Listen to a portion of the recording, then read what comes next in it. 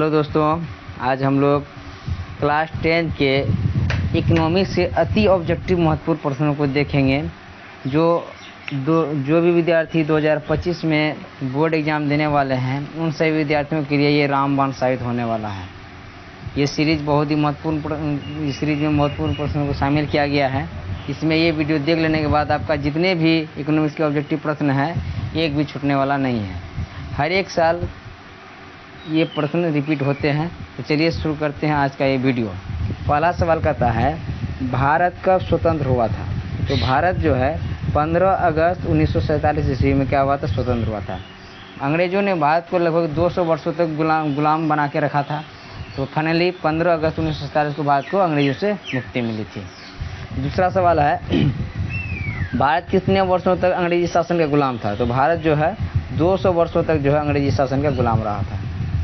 3 number सवाल है सोने की चिड़िया किस देश को कहा जाता था। तो सोने की चिड़िया जो अपना देश भारत को कहा जाता था। 4 नंबर सवाल है फूट डालो और राज करो की नीति किसने अपनाई थी। तो ये नीति जो है अंग्रेजों ने अपनाई थी। तो अंग्रेज जो है हिंदू मुस्लिम में जो है लड़ा के जो है यहाँ पे जो है भारतीयों के ऊपर जो है शासन किया था। तो इसका जवाब हो जाएगा अंग्रेजों ने फूट डालो और राज करो की नीति अपनाई थी। 5 नंबर सवाल है हमारे सभी क्रियाएं जिनसे हमें आय प्राप्त होती है क्या कहलाती है। तो जितने भी वही क्रियाएं हैं जिससे हमें आय प्राप्त होती है वैसी क्रिया को हम लोग क्या बोलते हैं, आर्थिक क्रियाएं बोलते हैं। उत्तर हो जाएगा इसका आर्थिक क्रिया। अगले सवाल को देखते हैं।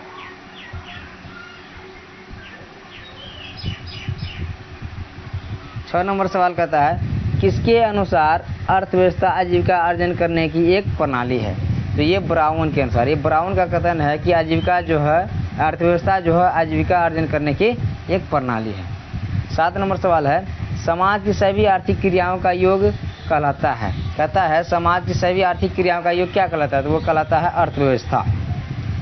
8 नंबर सवाल है अर्थव्यवस्था के कुल कितने क्षेत्र हैं। तो अर्थव्यवस्था के कुल 3 क्षेत्र हैं। एक प्राथमिक क्षेत्र, दूसरा प्राथमिक क्षेत्र के अंतर्गत आ जाता है कृषि, ये होता है द्वितीय क्षेत्र, ये होता है तृतीय क्षेत्र।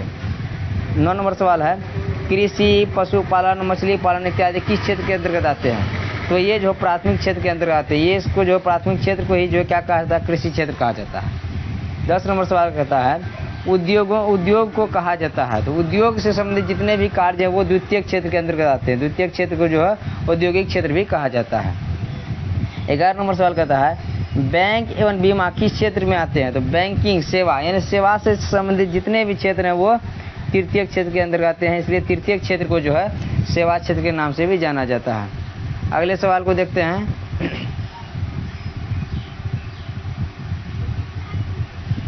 अमेरिका जापान ऑस्ट्रेलिया आदि देशों में कौन सी अर्थव्यवस्था है। तो अमेरिका जापान ऑस्ट्रेलिया इन सभी देशों में जो पूंजीवादी अर्थव्यवस्था है। अपना देश भारत में जो है मिश्रित अर्थव्यवस्था है। अगला सवाल है चीन क्यूबा आदि देशों में कौन सी व्यवस्था है। तो चीन क्यूबा आदि देशों में जो है समाजवादी अर्थव्यवस्था है। 14 नंबर है भारत में कौन सी अर्थव्यवस्था पाई जाती है। भारत में जो मिश्रित अर्थव्यवस्था पाई जाती है, यानी कि भारत में पूंजीवादी और समाजवादी दोनों व्यवस्था का मिश्रण है, इसलिए जो भारत की अर्थव्यवस्था को जो है मिश्रित अर्थव्यवस्था कहा जाता है। 15 नंबर सवाल है एक समाजवादी अर्थव्यवस्था में विशेष ध्यान किस पर दिया जाता है। कहता है समाजवादी अर्थव्यवस्था में विशेष ध्यान किसके ऊपर दिया जाएगा। तो वो तो उसका जवाब हो जाएगा सामाजिक कल्याण पे। सामाजिक कल्याण के विकास के लिए जो भी व्यवस्था में काम किया जाएगा उसको जो हम लोग क्या बोलेंगे, समाजवादी अर्थव्यवस्था बोलेंगे। 16 नंबर सवाल है ब्रूनलैंड आयोग किससे संबंधित है। तो ब्रूनलैंड आयोग जो है सतत विकास से संबंधित है। 17 नंबर सवाल है योजना आयोग का गठन कब हुआ था। तो आज योजना आयोग का गठन 15 मार्च 1950 को हुआ था। दोस्तों यदि ये सेशन अच्छा लगे तो लाइक ज़रूर करें और हमें जो है मोटिवेट करने का प्रयास करें। यदि चैनल पर नए हैं तो चैनल को कृपया सब्सक्राइब कर लें ताकि आने वाले हर एक वीडियो का अपडेट आपको सबसे पहले मिले। अगला सवाल देखते हैं योजना आयोग के पदेन अध्यक्ष कौन होते हैं। तो योजना आयोग का जो पदेन अध्यक्ष होता है वो देश का प्रधानमंत्री होता है। ठीक।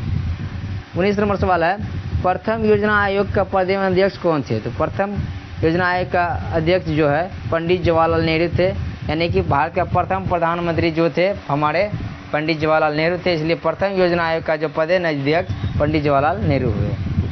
20 नंबर सवाल है, योजना आयोग का नाम बदलकर कौन सा आयोग कर दिया गया है?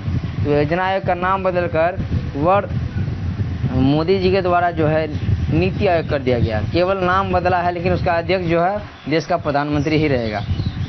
21 नंबर सवाल है, नीति आयोग की स्थापना कब हुई थी? तो नीति आयोग की स्थापना जो वर्ष 2014-15 में हुआ। 22 नंबर सवाल है, भारत में आर्थिक विकास का श्रेय किसे दिया जाता है? तो भारत में आर्थिक विकास का श्रेय जो है नियोजन को दिया जाता है, यानी आर्थिक नियोजन को दिया जाता है।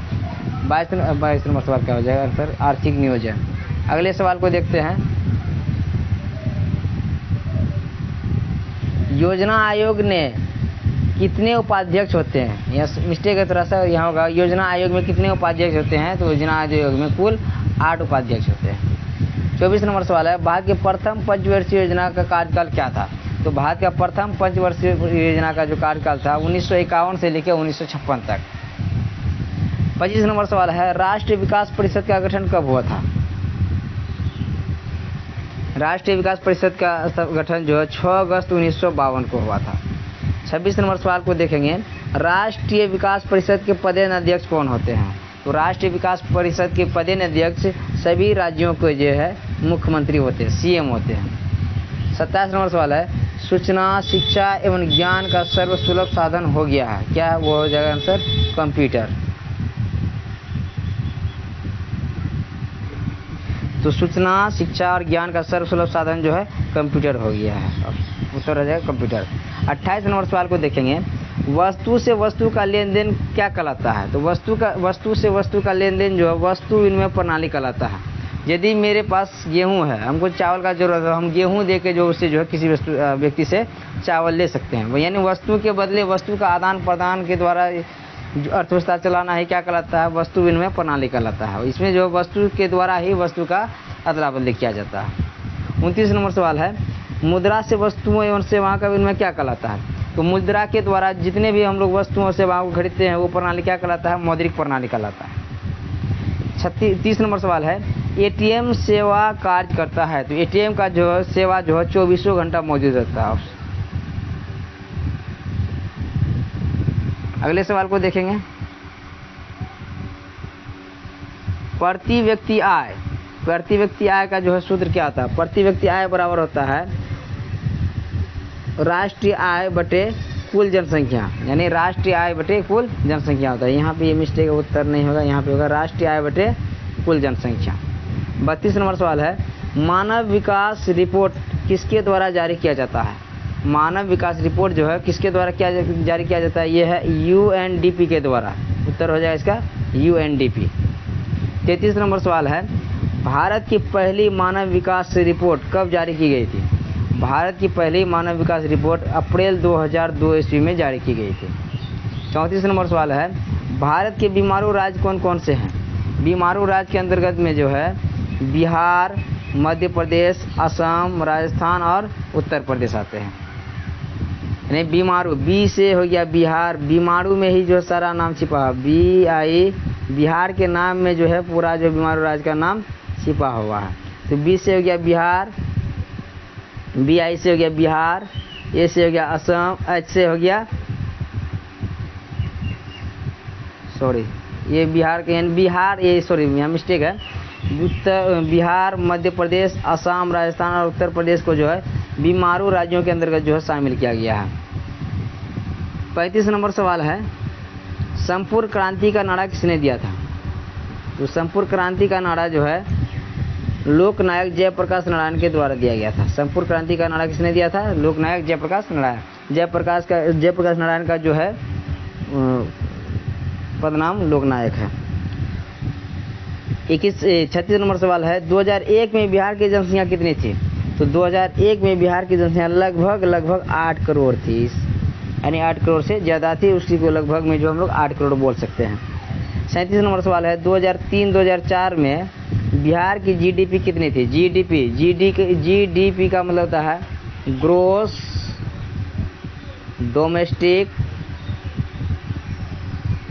डोमेस्टिक और प्रोडक्ट, पीछे प्रोडक्ट है ना। GDP का फुल फॉर्म होता है ग्रोस डोमेस्टिक प्रोडक्ट। तो 2003-04 में जो है बिहार की जीडीपी जो है -5.15% थी। 2004-2005 से 2008-2009 के बीच में बिहार की जीडीपी बढ़कर कितनी हो गई थी? तो इसका जवाब हो जाए +11.03%, +11.03%। अगला सवाल है, किस व्यक्ति ने कहा था बिहार के विकास के बिना भारत का विकास संभव नहीं है? तो ये बात कहा था हमारे भारत के पूर्व राष्ट्रपति डॉक्टर APJ अब्दुल कलाम ने। अगले सवाल को देखेंगे, 40 नंबर सवाल का था, झारखंड और बिहार का विभाजन कब हुआ था? तो झारखंड और बिहार का विभाजन जो 15 नवंबर 2000 ईस्वी को हुआ था। अगला सवाल है, किस व्यक्ति ने कहा गरीबी कैंसर की तरह एक रोग है ना? तो ये बात कहा था अर्थशास्त्री कुजनेट ने कहा था कि गरीबी जो एक कैंसर की तरह रोग है। 42 नंबर सवाल है, ग्रामीण क्षेत्रों में कितनी कैलोरी ऊर्जा से कम लेने वाले व्यक्ति गरीबी रेखा से नीचे होते हैं? ग्रामीण क्षेत्र में यदि व्यक्ति को जो 2400 कैलोरी से नीचे में ऊर्जा मिलती है तो वो व्यक्ति को जो गरीबी रेखा से नीचे शामिल किया गया है। अगला सवाल कहता है, शहरी क्षेत्र में कितनी कैलोरी ऊर्जा से कम लेने वाले व्यक्ति गरीबी रेखा से नीचे आते हैं? ग्रामीण क्षेत्रों में जो 2400 कैलोरी से कम होगा तो वो गरीबी रेखा से नीचे आएगा, और शहरी क्षेत्र में यदि 2100 कैलोरी से कम होगा तो वो गरीबी रेखा से नीचे आएगा। 44 नंबर सवाल कहता है, नरेगा का ही नाम जो है बदल के क्या रख दिया गया? मनरेगा। मनरेगा के अंतर्गत ग्रामीण मजदूरों को साल में कम से कम कितने दिनों का रोजगार की व्यवस्था दी है? यानी मनरेगा के अंतर्गत लगभग एक साल में जो है 100 दिन का रोजगार देने की व्यवस्था की गई है। अगले सवाल को देखेंगे, मनरेगा योजना के साथ किस व्यक्ति का नाम जुड़ा है? तो मनरेगा योजना के साथ जो है महात्मा गांधी का नाम जुड़ा। पहले जो मनरेगा का नाम नरेगा था, नरेगा के पहले जो है M से हो गया महात्मा गांधी, जोड़ दिया गया तो इसका नाम क्या हो गया? मनरेगा। महात्मा गांधी का नाम जो है मनरेगा है, जिसको नरेगा से जुड़ा हुआ है। मनरेगा योजना किसके कारण सफल नहीं हो पाई थी? मनरेगा योजना जो है बिचौलियों के कारण जो है सफल नहीं हो पाई। यानी इसका मतलब ये हुआ कि मनरेगा के अंतर्गत मजदूर जितने भी काम करते थे उसको जो है सही समय पर जब पेमेंट नहीं हो पाता था और सही उचित दाम भी नहीं दिया जाता था, बिचौलियों के द्वारा जो है उसका जो है मजदूरी को काट लिया जाता है, इसलिए ये योजना सफल नहीं हो पाई। अगले सवाल को देखेंगे, 47 नंबर सवाल है, जिस देश की राष्ट्रीय आय अधिक होती है वह देश कहलाता है? जिस देश का राष्ट्रीय आय अधिक होता है वो राष्ट्र क्या कहलाता है? विकसित राष्ट्र कहलाता है। तो ये टोटल जो है 47 सवाल जो प्रथम चैप्टर का था। तो अगले चैप्टर को हम लोग देखेंगे। अगले चैप्टर का नाम है राज्य एवं राष्ट्र की आय। राज्य एवं राष्ट्र की आय दूसरे चैप्टर का VVI ऑब्जेक्टिव प्रश्नों को देखेंगे जो 1 लाइनर के रूप में है। ठीक, अगले सवाल है 48 नंबर, भूमि के बदले पारिश्रमिक कहलाता है? भूमि के बदले जो पारिश्रमिक मिलता है वो क्या कहलाता है? लगान कहलाता है। 49 नंबर सवाल है, श्रम का पारिश्रमिक कहलाता है? श्रम के बदले जो पारिश्रमिक दिया जाता है वो क्या कहलाता है? मजदूरी कहलाता है। जैसे हम जो है किसी का खेत में काम किए, काम करने के बदले जो हमें मजदूरी मिला वो क्या कहलाता है? पारिश्रमिक कहलाता है। 50 नंबर सवाल है, पूंजी का पारिश्रमिक कहलाता है? पूंजी का पारिश्रमिक क्या कहलाता है? ब्याज कहलाता है। कोई आदमी हमसे 1000 रुपये उधार लिया ब्याज के रूप में और उसके किसी दिन जो है वो हमें एक निश्चित समय पे जो है 1050 रुपया दे दिया, तो 1000 तो मेरा हो गया मूलधन और उसका जो 50 रुपये ज़्यादा हो गया वही जो पूंजी का क्या हो गया? पारिश्रमिक। यानी ब्याज के रूप में क्या मिला? पूंजी का पारिश्रमिक मिला। व्यवस्थापक का पारिश्रमिक कहलाता है? व्यवस्थापक का पारिश्रमिक क्या कहलाता है? वेतन कहलाता है। व्यवस्था करने वाले जितने भी है वो लोग उसको जो है व्यवस्था करने के बदले में जो भी पारिश्रमिक मिलता है उसको क्या कहलाता है? उसका वेतन कहलाता है। वेतन के रूप में जो है पारिश्रमिक दिया जाता है व्यवस्थापकों को। 52 नंबर सवाल है, उद्यमी का पारिश्रमिक क्या कहलाता है? उद्यमी का पारिश्रमिक लाभ या हानि कहलाता है? उद्यमी का पारिश्रमिक क्या कहलाता है? लाभ या हानि कहलाता है। 53 नंबर सवाल है, किस व्यक्ति ने कहा था गरीबी गरीबी को जन्म देती है?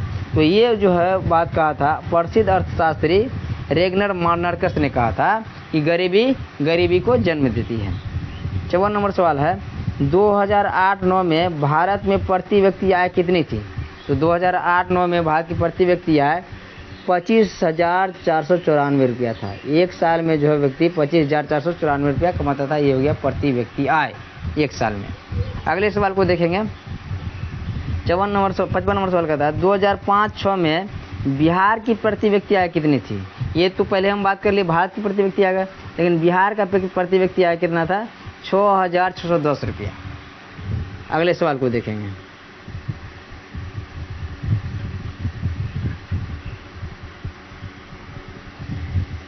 वर्ष भर में किसी भी देश की अर्जित आय कुल मात्रा को क्या कहते हैं?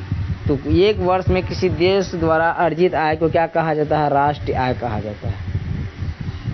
57 नंबर सवाल है, तीसा के भयानक आर्थिक मंदी कब से कब तक थी? तीसा जो एक देश है उसमें जो आर्थिक भयानक मंदी आया था वो 1929 से लेके 1933 तक रहा था। ये आर्थिक महामंदी पूरे विश्व को जो अपने चपेट में ले लिया था। 18वां सवाल है, भारत में राष्ट्रीय आय की गणना करने वाला संगठन कौन सा है? भारत में राष्ट्रीय आय की गणना किसके द्वारा किया जाता है? CSO के द्वारा, यानी केंद्रीय सांख्यिकी संगठन के द्वारा। 59 नंबर सवाल है, स्वतंत्रता प्राप्ति से पूर्व भारत में राष्ट्रीय आय का अनुमान किसने सबसे पहले किस व्यक्ति ने लगाया था?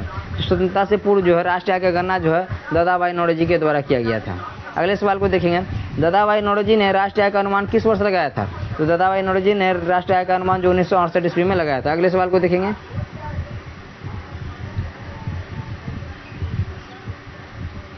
Poverty and un British rule in India पुस्तक के लेखक कौन है? तो ये पुस्तक के लेखक हैं दादाभाई नौरोजी।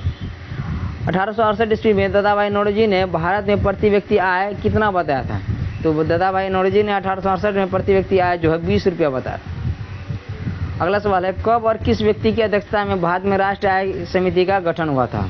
ये अगस्त 1949 में प्रोफेसर PC महालोनविस की अध्यक्षता में जो है राष्ट्रीय आय समिति का गठन किया गया था। 64 नंबर सवाल है, केंद्रीय सांख्यिकी संगठन की स्थापना किस वर्ष की गई थी? यानी जिसको केंद्रीय सांख्यिकी संगठन को हम लोग शॉर्ट में क्या बोलते हैं? CSO बोलते हैं। इसका स्थापना जो 1954 ईस्वी में की गई थी। अगले सवाल को देखेंगे, भारत में वित्तीय वर्ष कहा जाता है? भारत में 1 अप्रैल से लेकर 31 मार्च तक को क्या कहा जाता है? वित्तीय वर्ष कहा जाता है। भारत में किस राज्य की प्रति व्यक्ति आय सर्वाधिक है? तो गोवा का जो है प्रति व्यक्ति आय जो है सर्वाधिक है। अगला सवाल कहता है, भारत में किस राज्य की प्रति व्यक्ति आय न्यूनतम है? यानी सबसे कम प्रति व्यक्ति आय किस राज्य की है? तो इसका सही जवाब हो जाएगा बिहार। अगला सवाल है, बिहार के किस जिले का प्रति व्यक्ति आय सर्वाधिक है? ये हो जाएगा आंसर पटना। पटना जिले का जो प्रति व्यक्ति आय सर्वाधिक है। अगला सवाल कहता है, बिहार के किस जिले की प्रति व्यक्ति आय न्यूनतम है? यानी सबसे कम प्रति व्यक्ति आय बिहार के किस जिले का है? तो इसका सही जवाब हो जाएगा शिवहर। 70 नंबर सवाल है, उत्पादन एवं आय गणना विधि आर्थिक दृष्टिकोण कौन से क्या है? इसका सही जवाब हो जाएगा सहज भी है, वैज्ञानिक और व्यवहारिक भी है। यानी उत्पादन एवं आय गणना विधि जो है वैज्ञानिक आर्थिक दृष्टिकोण से सहज, वैज्ञानिक और व्यवहारिक भी है। अगला सवाल है, राष्ट्रीय आय में वृद्धि होने से प्रति व्यक्ति आय में क्या होती है? तो जब राष्ट्रीय आय में वृद्धि होगा तो जाहिर सी बात है प्रति व्यक्ति आय भी जो है बढ़ेगा। जब तक प्रति व्यक्ति आय बढ़ेगा नहीं तो राष्ट्रीय आय भी जो है नहीं बढ़ेगा। अगले सवाल देखते हैं, राष्ट्रीय आय एवं प्रति व्यक्ति आय में वृद्धि होने से कौन सी क्रिया पूर्ण होती है? तो ये विकास की क्रिया पूर्ण होती है। यदि प्रति व्यक्ति आय और राष्ट्रीय आय यदि दोनों में वृद्धि हो जाए तो क्या होता है? विकास का जो प्रक्रिया में वृद्धि होती है। अगले सवाल को देखेंगे, GDP फुल फॉर्म आ गया। GDP का पूर्ण नाम क्या है? ग्रोस डोमेस्टिक प्रोडक्ट, सकल घरेलू उत्पाद। GDP का फुल फॉर्म क्या आता है? सकल घरेलू उत्पाद को अंग्रेजी में बोलते हैं ग्रोस डोमेस्टिक प्रोडक्ट। GNP का पूर्ण नाम क्या है? GNP का पूर्ण नाम है ग्रोस नेट प्रोडक्ट, सकल शुद्ध उत्पाद। GST का पूरा नाम क्या है? Goods and service tax. PCI का पूर्ण नाम क्या है? Per capita income. PCI का पूर्ण नाम क्या है? Per capita income. NI का पूर्ण नाम क्या है? तो नेशनल इनकम यानी राष्ट्रीय आय। NNP का पूर्ण नाम क्या है? तो नेट नेशनल प्रोडक्ट, शुद्ध राष्ट्रीय उत्पाद। अगले सवाल को देखेंगे। अगला सवाल है, EDI का पूर्ण नाम क्या है? तो EDI का पूर्ण नाम है इकोनॉमिकल डेवलपमेंट इंडेक्स। CSO का पूर्ण नाम क्या है? Central statistics organisation. तो ये पूरा जो है 1 और 2 लेसन मिला के मेरा 180 ऑब्जेक्टिव प्रश्न हो गया। अब हम लोग देखेंगे तीसरे नंबर चैप्टर को, जिसका तीसरा नंबर चैप्टर का नाम है मुद्रा बचत एवं साख। इसका ऑब्जेक्टिव प्रश्न को हम लोग देखेंगे।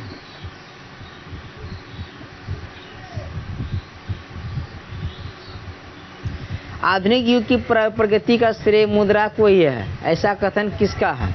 आधुनिक प्रगति का श्रेय जो मुद्रा को है, ये बात किसने कहा था? इसका सही जवाब हो जाएगा प्रोफेसर मार्शल ने कहा था। 82 नंबर सवाल है, यदि मुद्रा हमारी अर्थव्यवस्था का हृदय नहीं हो तो रक्त प्रवाह अवश्य है, यह किसका कथन है? ये कथन है ट्रेस्कोट का, इसका सही जवाब हो जाएगा ट्रेस्कोट। 83 नंबर सवाल है, विनिमय के मुख्य कितने माध्यम? विनिमय के 2 माध्यम है, वस्तु विनिमय प्रणाली और मुद्रा मौद्रिक प्रणाली।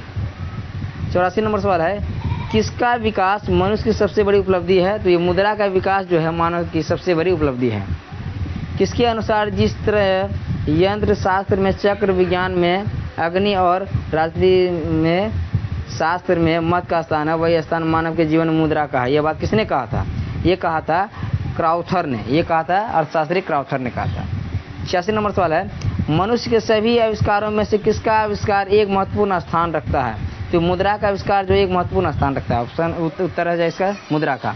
अगले सवाल को देखेंगे, किसका विकास का इतिहास एक तरह से मानव सभ्यता का ही विकास है? तो ये इसका सही जवाब हो जाएगा मुद्रा। मुद्रा का विकास ही जो एक तरह से मानव सभ्यता का विकास माना जाता है। 88 नंबर सवाल है, भारत, पाकिस्तान, नेपाल की मुद्रा का क्या नाम है? तो ये तीनों देश की मुद्रा का नाम क्या है? रुपया है। भारत का मुद्रा का नाम है भारतीय रुपया, पाकिस्तान का मुद्रा का नाम है पाकिस्तानी रुपया, नेपाल का मुद्रा का नाम क्या है? नेपाली रुपया। 89 नंबर सवाल देखेंगे, बांग्लादेश की मुद्रा का क्या नाम है? बांग्लादेश की मुद्रा का नाम क्या है? टका है, टका। अमेरिका, सिंगापुर की मुद्रा का क्या नाम है? अमेरिका, सिंगापुर में ये डॉलर चलता है। रूस की मुद्रा का क्या नाम है? रूस की मुद्रा का नाम क्या है? रूबल है। मुद्रा के समांतर कितने कार्य हैं? मुद्रा के मुख्य रूप से जो है 4 कार्य हैं। 93 नंबर सवाल है, किसके अनुसार मुद्रा वह है जो मुद्रा का कार्य करती है? ये कथन कहा था प्रोफेसर हर्टले बिट के अनुसार। प्रोफेसर हर्टले बिट के अनुसार मुद्रा का कार्य करती है। अगले सवाल को देखेंगे, किसके अनुसार मुद्रा वह है जो मूल्य का मापक और भुगतान का साधन है? ये कथन जो है कोलबर्न का है। कोलबर्न के अनुसार जो है मुद्रा मूल्य का मापक और भुगतान का साधन है। अगले सवाल को देखेंगे,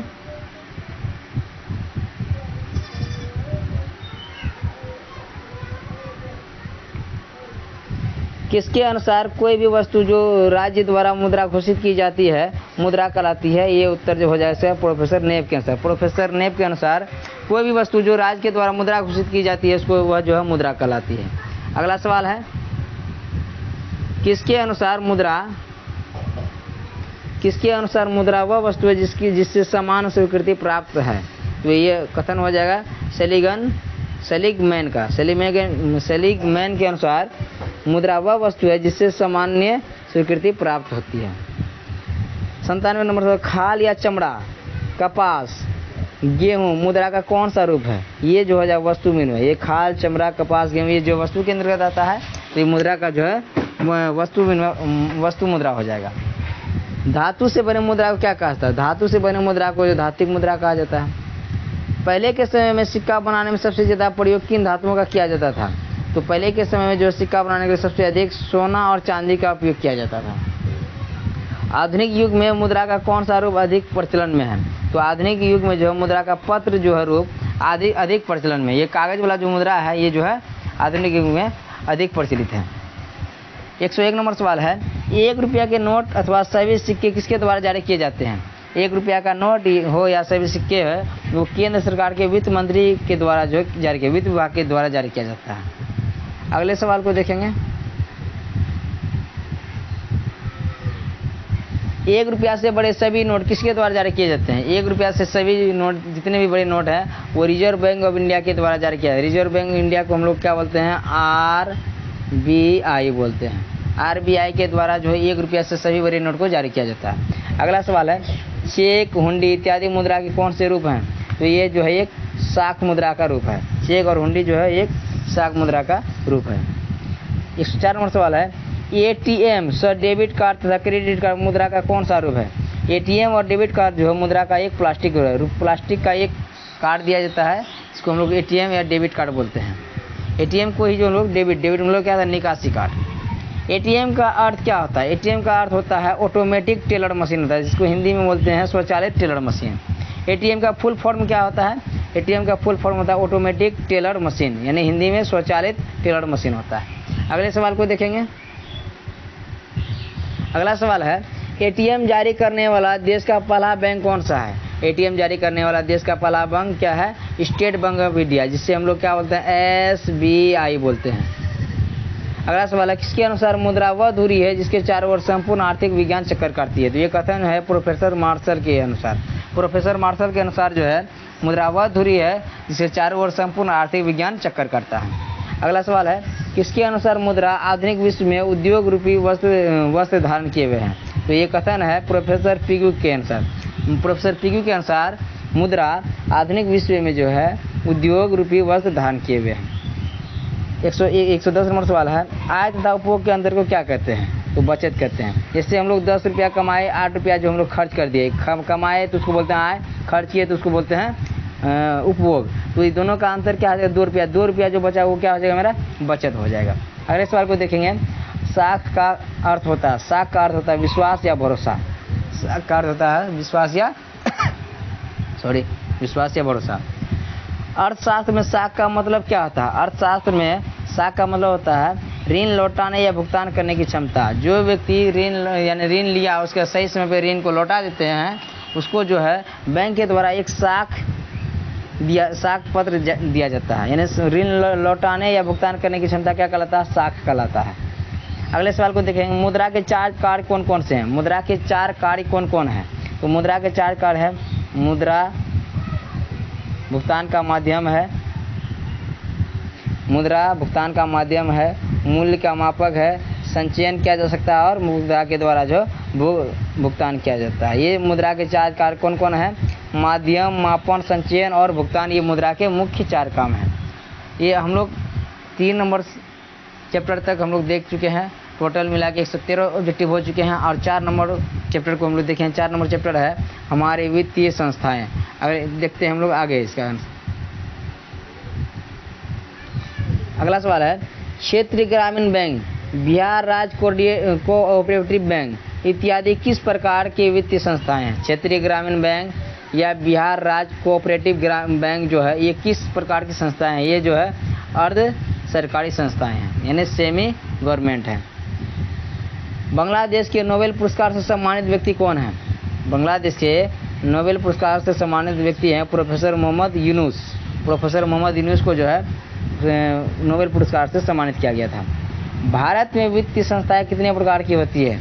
भारत में वित्तीय संस्थाएं 2 प्रकार की होती है, एक होता है सरकारी, एक होता है गैर सरकारी। 117 नंबर सवाल है, भारतीय मौद्रिक बाजार किस प्रकार के ऋण की व्यवस्था करती है? तो इसका सही जवाब हो जाए अल्पकालीन और दीर्घकालीन, दोनों प्रकार की जो है ऋण की व्यवस्था करती है भारतीय मौद्रिक बाजार। अगला सवाल है, भारतीय पूंजी बाजार किस प्रकार के ऋण की व्यवस्था करता है? तो इसका सही जवाब हो जाएगा दीर्घकालीन। भारतीय पूंजी बाजार जो है दीर्घकालीन ऋण की व्यवस्था करता है। अगले सवाल को देखेंगे,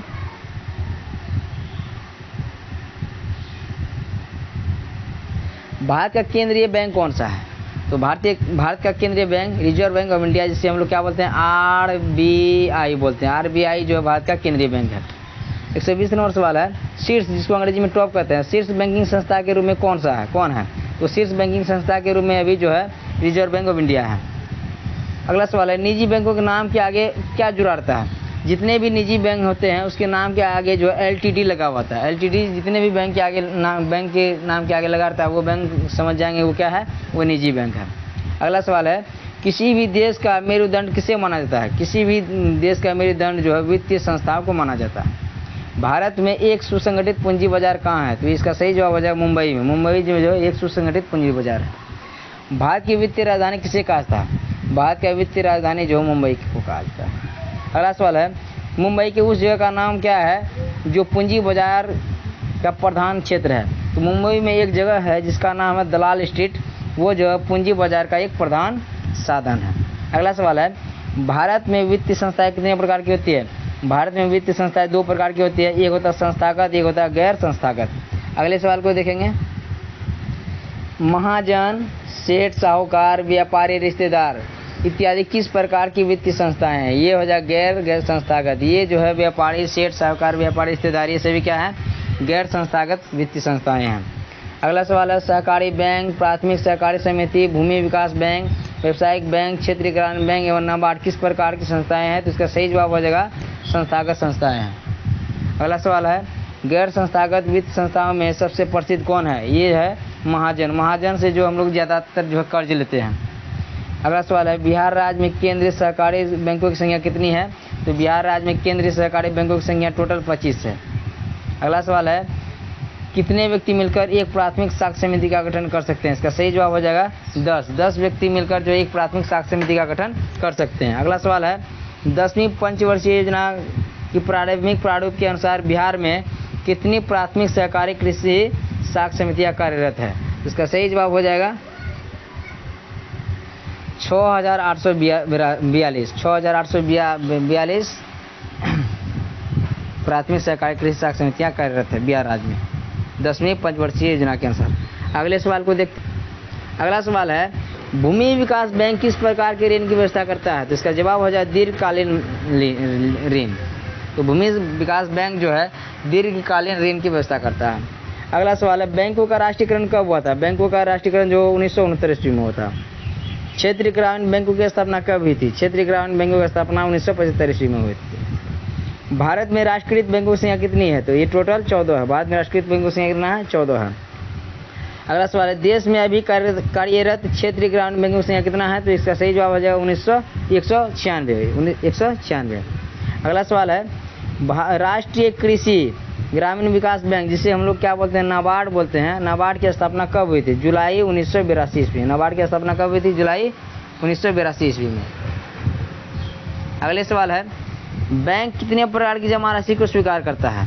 तो बैंक टोटल 4 प्रकार की जमा राशि करता है। एक अस्थायी, दूसरा चालू, तीसरा संचयी और चौथा आवर्ती जमा को स्वीकार करती है। अगले सवाल को देख। अगला सवाल है एक साथ मिलजुल कर कार्य करना आर्थिक अर्थशास्त्र में क्या कहलाता है? तो एक साथ मिलजुल कर यदि व्यक्ति कार्य करता है वो क्या कहलाता है? सहकारिता कहलाता है। अर्थशास्त्र में सहकारिता कहलाता है। अगला सवाल है सहकारिता साख समिति का गठन कब हुआ था? तो सहकारिता साख समिति का गठन जो है 1904 ईस्वी में हुआ था। अगला सवाल है मैग्नियन समिति की नियुक्ति कब हुई थी? तो मैग्नियन समिति की नियुक्ति 1914 ईस्वी में हुई थी। अगला सवाल है सहकारिता प्रांतीय सरकारों का हस्तांतरित विषय कब बना? सहकारिता प्रांतीय सरकारों के हस्तांतरित विषय कब बना? तो इसका सही जवाब हो जाए 1919 ईस्वी में। अगला सवाल को देखते हैं महान आर्थिक मंदी कब आई थी? तो ये महान आर्थिक मंदी जो 1929 में आई थी जो पूरे विश्व को अपने चपेट में ले लिया था। अगला सवाल देखते हैं भारत में रिजर्व बैंक की स्थापना कब हुई थी? तो भारत में आरबीआई की स्थापना 1935 में हुई थी। आरबीआई की स्थापना जो है 1935 में हुई थी। अगला सवाल है बिहार की कितनी प्रतिशत जनसंख्या कृषि पर निर्भर है? बिहार के लगभग 80% जनसंख्या जो है कृषि कार्य पर निर्भर है। अगला सवाल है स्वयं सहायता समूह में सदस्यों की संख्या कितनी होती है? स्वयं सहायता समूह में सदस्यों की संख्या 15 से 20 होती है। 15 से 20 व्यक्ति मिलकर जो है स्वयं सहायता समूह का जो गठन कर सकता है। अगले सवाल को SHG का पूर्ण नाम क्या है? कहता है SHG का फुल फॉर्म क्या है? तो सेल्फ हेल्प ग्रुप, स्वयं सहायता समूह। स्वयं सहायता समूह को हम लोग क्या कहते हैं? शॉर्ट में SHG कहते हैं। तो यहाँ था 4 नंबर चैप्टर तक जो है टोटल 148 प्रश्न पूरे हो चुके हैं। तो दोस्तों यदि अच्छा लग रहा है तो थोड़ा लाइक करके हमें मोटिवेट करने का प्रयास करें। देखते हैं अगले चैप्टर को। अगला चैप्टर का नाम है रोजगार एवं सेवाएं। हम लोग आज टोटल जितने भी इकोनॉमिक्स के चैप्टर हैं उन सभी चैप्टरों का जो VVI ऑब्जेक्टिव प्रश्नों को देखने वाले हैं। चलिए अगले सवाल को देखते हैं। मानव के लिए न्यूनतम आवश्यकताएं क्या है? मानव के लिए कम से कम क्या आवश्यकता है? पहला तो रोटी चाहिए, कपड़ा चाहिए और मकान चाहिए, और बाद में शिक्षा, स्वास्थ्य, ये सब चाहिए।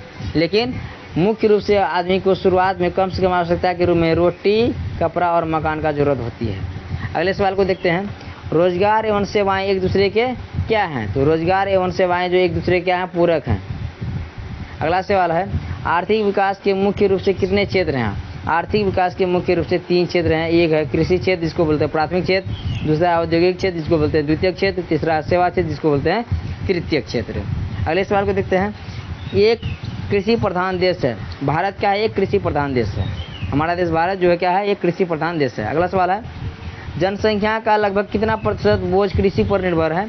तो इसका सही जवाब हो जाएगा 67% बोझ जो है भारत का जनसंख्या जो है कृषि पर निर्भर है। अगला सवाल कहते हैं छिपी हुई बेरोजगारी किस क्षेत्र में है?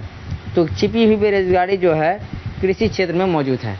जैसे छिपी हुई बेरोजगारी क्या होता है? जैसे मान के चलिए ये खेत है, ये खेत को जो है एक व्यक्ति करने के लिए पर्याप्त है, लेकिन एक ऐसा व्यक्ति है जो वो कहीं पे काम करने के लिए नहीं जा रहा है, तो वही काम को जो दोनों व्यक्ति मिलकर कर रहे हैं, तो ये जो दूसरा व्यक्ति होगा वो क्या होगा, वो छिपी हुई बेरोजगार व्यक्ति होगा। वो काम यानी वो बेरोजगार है लेकिन पता नहीं चल रहा वो बेरोजगार है, इसी को बोलते हैं हम लोग छिपी हुई बेरोजगारी। अगला सवाल है, कौन सा संसाधन विश्व के सर्वश्रेष्ठ संसाधनों में आता है? तो ये हो जाएगा मानव संसाधन। मानव संसाधन जो विश्व के सर्वश्रेष्ठ संसाधन के अंतर्गत आता है। अगले, सेवा क्षेत्र को सामान्यतः कितने भागों में बांटा गया है? सेवा क्षेत्र को सामान्यतः 2 भागों में बांटा गया है। एक है सरकारी जो पूर्ण रूप से सरकार की तरफ है, एक होता है गैर सरकारी जो प्राइवेट होता है। अगला सवाल है, सैन्य सेवा, रेल सेवा, स्वास्थ्य सेवा इत्यादि किस प्रकार की सेवाएं हैं? तो इसका सही जवाब हो जाएगा सरकारी सेवाएं। बैंकिंग सेवा, यातायात सेवा, रोजगार सेवा इत्यादि किस प्रकार की सेवाएं हैं? तो इसका सही जवाब हो जाएगा गैर सरकारी सेवाएं। अगला सवाल है, काम के बदले अनाज योजना किस वर्ष लाई गई थी? काम के बदले अनाज योजना किस वर्ष लाई गई थी? इसका सही जवाब हो जाएगा 14 नवंबर 2004 ईस्वी को। अगले सवाल को देखेंगे, जवाहर रोजगार योजना किस वर्ष लाई गई थी? तो जवाहर रोजगार योजना जो 1989 में लाई गई थी। अगला सवाल है, ग्रामीण युवा स्वरोजगार प्रशिक्षण का कार्यक्रम किस वर्ष लाया गया था? तो इसका सही जवाब हो जाएगा 1979 ईस्वी में। अगले सवाल को देखते हैं,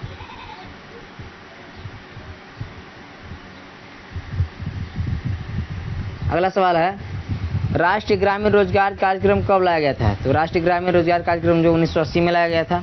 अगला सवाल है, कौन सी योजना विश्व की सबसे बड़ी योजना मानी जाती है? ये है मनरेगा। मनरेगा को जो विश्व की सबसे बड़ी योजना मानी जाती है। अगला सवाल है, विश्व का अग्रणी युवा देश कौन है? यानी विश्व का सबसे अग्रणी युवा देश जो अपना देश भारत है।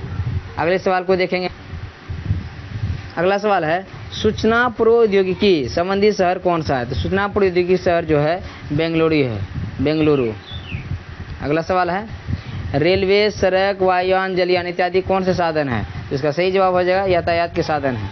अगला सवाल है, तार, डाक, टेलीविजन, टेलीसंचार, मीडिया इत्यादि किस प्रकार के साधन है? तो इसका सही जवाब हो जाएगा संचार। संचार के साधन कौन कौन है? तार, डाक, टेलीफोन, टेलीसंचार, मीडिया, ये सब क्या है? संचार के साधन है। अगला सवाल है, मानव पूंजी के प्रमुख घटक कितने हैं? तो मानव पूंजी के प्रमुख घटक 5 है। पहला भोजन, आवास, शिक्षा, वस्त्र और स्वास्थ्य, ये सभी जो टोटल 5 मानव पूंजी के प्रमुख घटक हैं। अगला सवाल है, किस प्रकार के शरीर में स्वस्थ मस्तिष्क का वास होता है? तो स्वस्थ शरीर में जो है स्वस्थ मस्तिष्क का वास होता है। अगला सवाल है, बेंगलुरु, पुणे, मुंबई, हैदराबाद, दिल्ली इत्यादि किस क्षेत्र का प्रमुख केंद्र है? तो इसका सही जवाब हो जाएगा सूचना एवं तकनीकी क्षेत्र का जो है प्रमुख केंद्र है। बेंगलुरु, पुणे, मुंबई, हैदराबाद, दिल्ली जो है सूचना एवं तकनीकी का जो है एक प्रमुख केंद्र है। अगले सवाल को देखेंगे, आर्थिक विकास का प्राथमिक क्षेत्र है? इसका सही जवाब हो जाएगा कृषि क्षेत्र। आर्थिक विकास का प्राथमिक क्षेत्र क्या कहलाता है? कृषि क्षेत्र कहता है। कृषि क्षेत्र को क्या कहता है? द्वितीय प्राथमिक क्षेत्र को कृषि क्षेत्र कहा जाता है, और द्वितीय क्षेत्र को औद्योगिक क्षेत्र कहा जाता है, और तृतीय क्षेत्र को सेवा क्षेत्र कहा जाता है। अगला सवाल है, ऊर्जा के मुख्य स्रोत है। ऊर्जा के मुख्य स्रोत कौन कौन है? कोयला है, पेट्रोलियम है, विद्युत है, ये सभी ऊर्जा के मुख्य स्रोत है, यानी पारंपरिक ऊर्जा स्रोत है। और गैर पारंपरिक ऊर्जा के स्रोत के अंतर्गत सूर्य हो जाएगा, जल हो जाएगा, वायु हो जाएगा, ये सभी क्या है? गैर पारंपरिक ऊर्जा स्रोत है। ये सभी क्या है? ऊर्जा के पारंपरिक स्रोत हैं। अब यहाँ तक हम लोग 105 नंबर चैप्टर तक जो हम लोग ऑब्जेक्टिव प्रश्न को देख लिए हैं। अब 6 नंबर चैप्टर को देखेंगे। 6 नंबर चैप्टर का नाम है वैश्वीकरण। वैश्वीकरण। अगला सवाल है,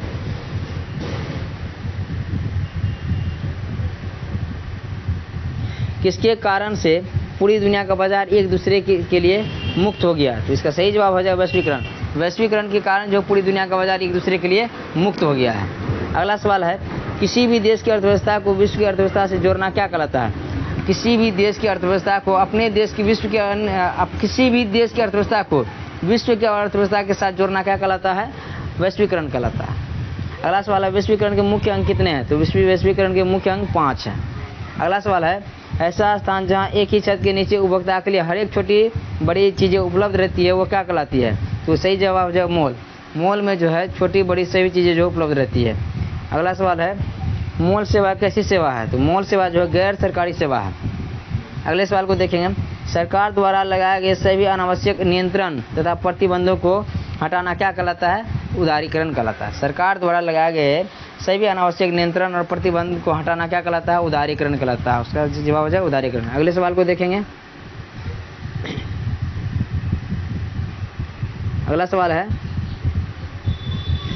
ऐसी कंपनी जो एक से अधिक देशों में उत्पादन पर नियंत्रण व स्वामित्व रखती है क्या कहलाती है? बहुराष्ट्र कंपनी कहलाती है। जो कंपनी एक से अधिक देशों में उत्पादन पर नियंत्रण और स्वामित्व रखती है वैसी कंपनी को हम लोग क्या कहते हैं? बहुराष्ट्र कंपनी कहते हैं। अगला सवाल है, कौन सी कंपनी वस्तुओं एवं सेवाओं का उत्पादन विश्व स्तर पर कर रही है? तो उसका सही जवाब हो जाएगा बहुराष्ट्र कंपनी। बहुराष्ट्र कंपनी जो है विश्व के विभिन्न देशों में जो है, एक से अधिक देशों में जो है वस्तु का उत्पादन करती है और उस पर जो है स्वामित्व रखती है।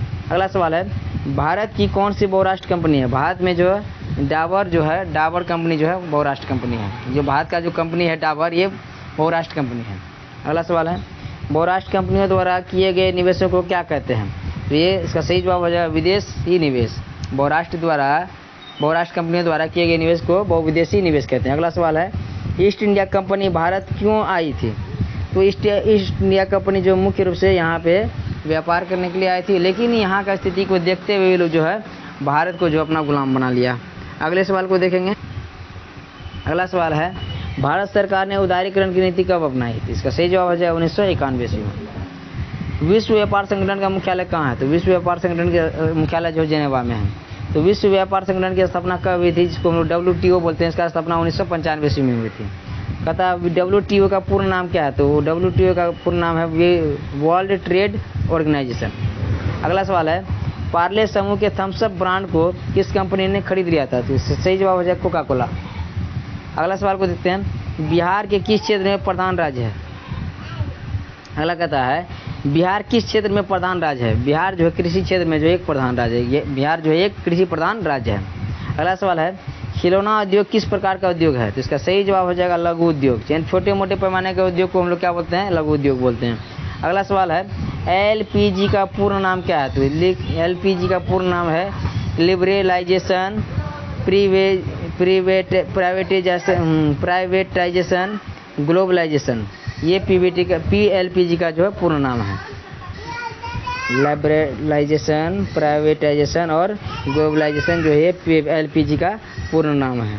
अगले सवाल को देखेंगे, भारत सरकार ने नई आर्थिक नीति कब अपनाई थी? क्या सही जवाब हो जाएगा? सही जवाब हो जाएगा 1991 में या 1990 के दशक में। अगले सवाल को देखें, देश में कितनी प्रतिशत जनसंख्या जीवन यापन के लिए सामान्य सुविधाओं से वंचित है? तो इसका सही जवाब हो जाएगा 85%। यानी 85% जो है देश की जनसंख्या जीवन यापन के लिए सामान्य सुविधाओं से क्या है? वंचित है। अगले सवाल को देखें, नई आर्थिक नीति में किसे सम्मिलित किया गया है? तो नई आर्थिक नीति जिसको हम लोग क्या बोलते हैं? NEP यानी न्यू इकोनॉमिकल पॉलिसी। तो इसके अंतर्गत जो है उदारीकरण, निजीकरण और वैश्वीकरण को शामिल किया गया है। अगला सवाल है, वैश्वीकरण का अर्थ क्या है? तो पहले ही बता दिया है। वैश्वीकरण का अर्थ क्या है? व्यापार, पूंजी, तकनीक, हस्तांतरण, सूचना प्रवाह द्वारा देश की अर्थव्यवस्था का विश्व अर्थव्यवस्था के साथ समन्वय क्या कहलाता है? वैश्वीकरण कहलाता है ना। देश की अर्थव्यवस्था को विश्व के अन्य देशों की अर्थव्यवस्था से जोड़ना ही क्या कहलाता है? वैश्वीकरण कहलाता है। अगले सवाल को देखेंगे। अगला सवाल है, बहुराष्ट्र कंपनियां वैश्वीकरण की प्रक्रिया में कैसी भूमिका निभा रही है? तो बहुराष्ट्र कंपनी जो है वैश्वीकरण की प्रक्रिया में जो है अहम भूमिका निभा रही है। बहुराष्ट्र कंपनी कारण ही जो है वैश्वीकरण जो है संभव हो पाया है। तो हम लोग 6 नंबर चैप्टर तक जो कंप्लीट कर लिए हैं। हम लोग 7 नंबर आखिरी चैप्टर है उसको भी देख लेंगे। अगला सवाल है, अगला चैप्टर का नाम है उपभोक्ता जागरण एवं संरक्षण। तो इसका पहला सवाल है,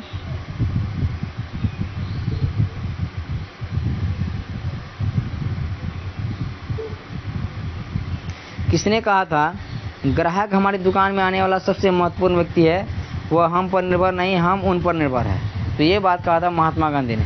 महात्मा गांधी कहा था ग्राहक हमारी दुकान में आने वाला सबसे महत्वपूर्ण व्यक्ति है, वह हम पर निर्भर नहीं है हम उन पर निर्भर है। यदि ग्राहक हमारे दुकान में आएंगे तभी तो हमारा दुकान चलेगा, यदि ग्राहक नहीं आएंगे तो हमारा दुकान नहीं चलेगा। तो ये बात कौन कहा था? महात्मा गांधी ने कहा था। अगला सवाल है, उपभोक्ता जागरण के लिए सबसे प्रसिद्ध नारा कौन है? तो इसका सही जवाब हो जाए जागो ग्राहक जागो, जो टीवी में भी दिखाया जाता है। तो ये प्रसिद्ध नारा है। अगला सवाल को देखेंगे, उपभोक्ता संरक्षण अधिनियम कब लागू किया गया था? तो इसका सही जवाब हो जाए 1986 ईस्वी में। अगला सवाल है, उपभोक्ता शिकायत करने के लिए अपने कंप्यूटर पर क्या लॉगिन कर सकता है? तो इसका सही जवाब हो जाएगा ncdrc.nic.in पर जाके जो है उपभोक्ता अपने शिकायत को दर्ज कर सकता है। अगला सवाल देखेंगे,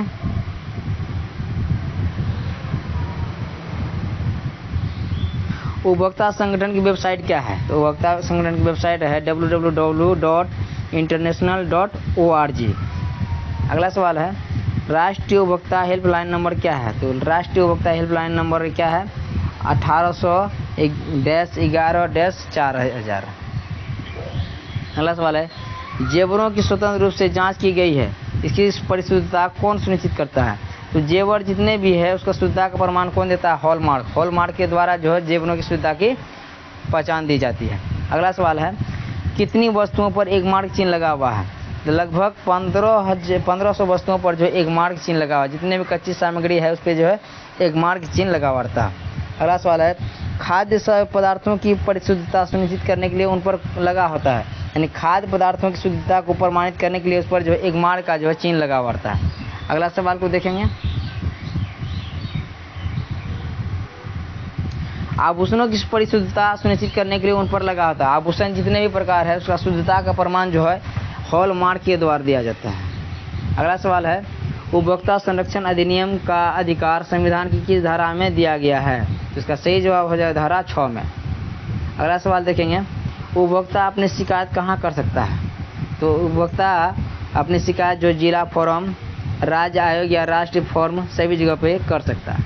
अगला सवाल है, यदि उपभोक्ता संतुष्ट न हो तो वह अंतिम रूप से कहाँ शिकायत कर सकता है? इसका सही जवाब हो जाए अंतिम रूप से जो है सुप्रीम कोर्ट यानी उच्चतम न्यायालय में जो है वह शिकायत कर सकता है।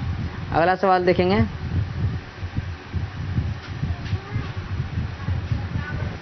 अगला सवाल है, उच्चतम न्यायालय में शिकायत करने की सुनवाई कितने दिनों के अंदर होती है? तो इसका सही जवाब हो जाएगा 30 दिन। 30 दिन के भीतर जो है कम से कम 30 दिन के भीतर जो है उच्चतम न्यायालय में किसी भी शिकायत की सुनवाई होती है। यदि विशेष परिस्थिति में 48 घंटे के अंदर भी हो सकती है। कहाँ पे? उच्चतम न्यायालय में, जिसको हम लोग अंग्रेजी में सुप्रीम कोर्ट बोलते हैं। अगला सवाल है, देश में जिला फोरमों की संख्या कितनी है? तो इसका सही जवाब हो जाएगा 582।